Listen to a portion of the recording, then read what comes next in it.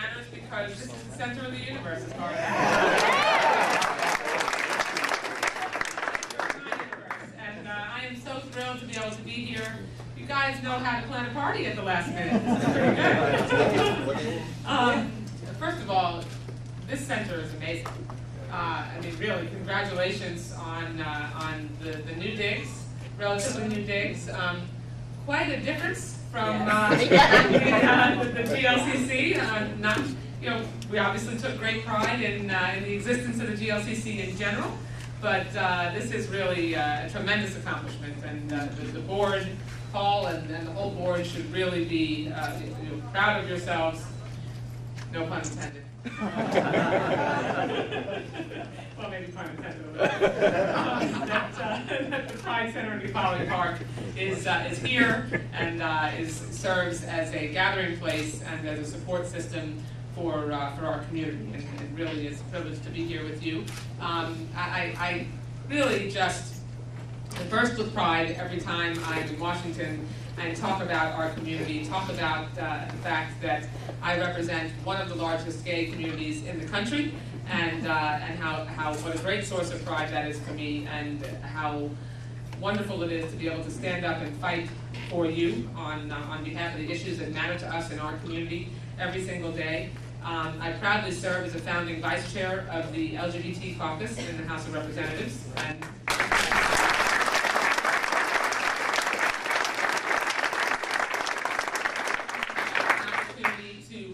immersed in the issues that matter to the LGBT community. Our four chairs of the LGBT caucus are Barney Frank, Tammy Baldwin, Jared Polis, and David Cicilline, who are the four openly gay members of Congress. And so the numbers are growing. We added David this year, former mayor of Providence and former member of the executive committee of the DNC, was the chair of the municipal officials for the Democratic Party. So he's a great guy. Really I've enjoyed working with him since he joined the Congress. But what you do here strengthens our community in so many ways, and I am really proud to be a partner in the fight. I'm obviously really pleased to be able to be here, and I want to hear what's on your minds. I'm going to speak for literally about 5 minutes, and then I just want to hear from you and take the opportunity to just answer your questions or just hear what's on your mind. But I'm really excited to be able to be here and sort of celebrate and tout what we've been able to accomplish. I think it's absolutely incredible. I remember when I was a little girl and how foreign the gay community was to the average person, walking around in our society, and really and I don't mean to offend when I say foreign, but I mean, I remember when I was a little girl, things like seeing a biracial couple walking down the street hand in hand, or being online in the store, and remember people staring at biracial couples like it was so unusual and like it was so wrong even. And look how far we've come in terms of acceptance, and that being the most natural thing in the world now, and people don't even notice for the most part, and I mean so much so that our president of the United States of America is biracial, and that's just a remarkable, remarkable accomplishment, remarkable progress, and an example of how tolerance in America truly can evolve. And I remember, really at the same point, people looking and whispering about gay couples, about gay partners who would walk down the street, and that was rare. I mean, it was rare when I was smaller. As I've grown up, it's become not rare at all. It's become commonplace and run of the mill, and I think that's a tremendous credit, not just to the policy changes that we've been able to make, but it's a credit to the community, because the community here and across the country has matured so much and been able to spend so much time organizing and reaching out and educating the rest of the country that we're all the same. We might approach life differently, but we are all the same. And so we've gained so much more acceptance I mean, so much so that my children and my children's friends, and I have 11-year-old twins and a 7-year-old, realize that being gay is just another way of life. Just like the way of life that they're living, that their parents are living.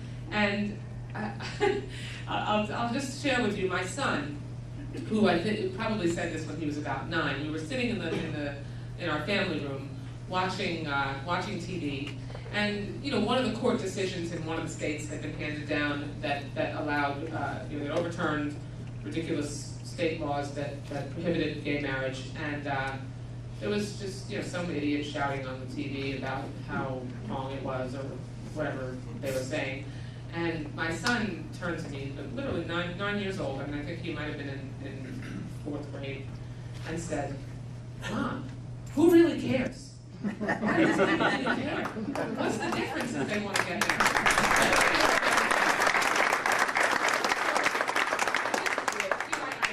I tell you that story not to show what a great parent I am, or how wonderful my children are, although they are and I am.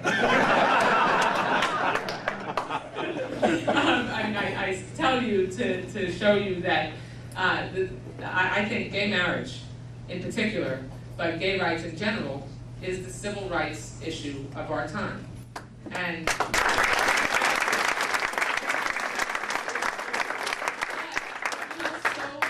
we are so fortunate to have such a steadfast ally for the issues in the LGBT community that matter the most in the White House. I mean, that's just been huge. And although I know that you've been frustrated at times, I know that the pace of change maybe hasn't come fast enough. I have had many a conversation with so many of you about, come on, let's go, pick up the pace, what's going on here, when's he going to do something?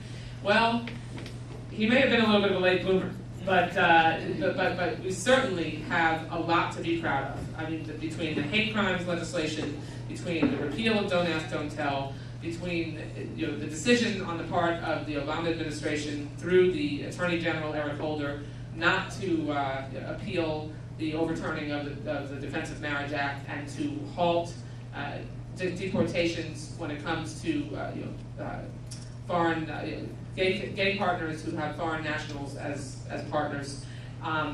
That's tremendous progress. It really is.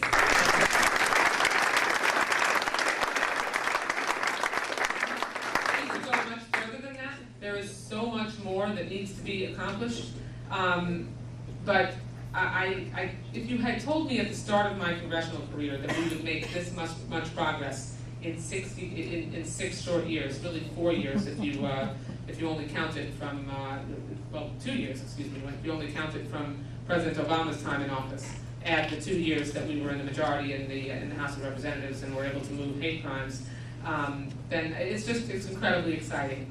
Now, we still have ENDA hanging out there, and we need to make sure that we continue to press for a completely inclusive ENDA. There's no question about that. There is a to-do list that still exists, and some of the things on the to-do list are left undone.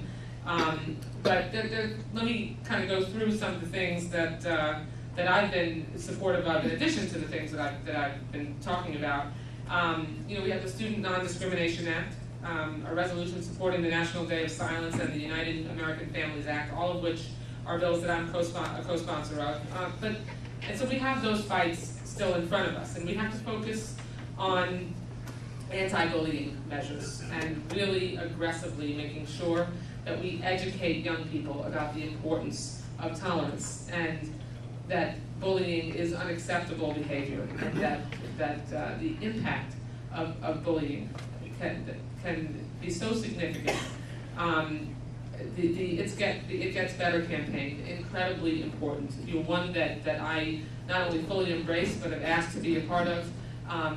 It really is so important that we show young people who are struggling with their sexuality, who are just trying to deal with all the challenges that just being a young person is. I mean, like I said, I have 2 preteens, both 11.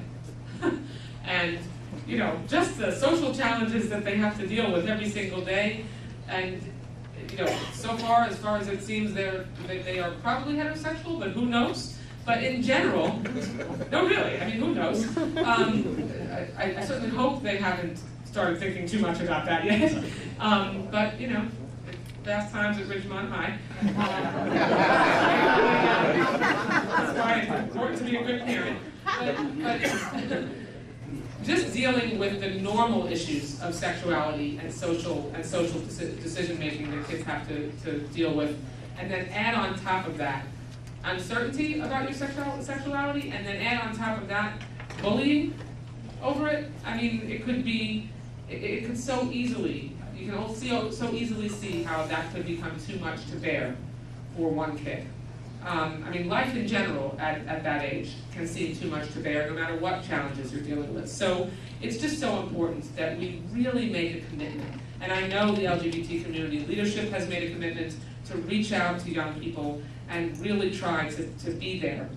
Just remember the things that you went through, you know, as you were coming of age, and what you wish was there for you in the way of resources. And I know on the policy end, I am going to continue to fight hard to make sure that government programs are there, that government encourages, that in our public schools we provide the backup and the safety net for these kids who are struggling, so that we don't have any more headlines that show that a young person who was struggling with their sexuality, or even if they weren't struggling with their sexuality, but seemed like they were, was a victim of bullying and couldn't take it anymore and took their own life. We just can't allow that to happen anymore.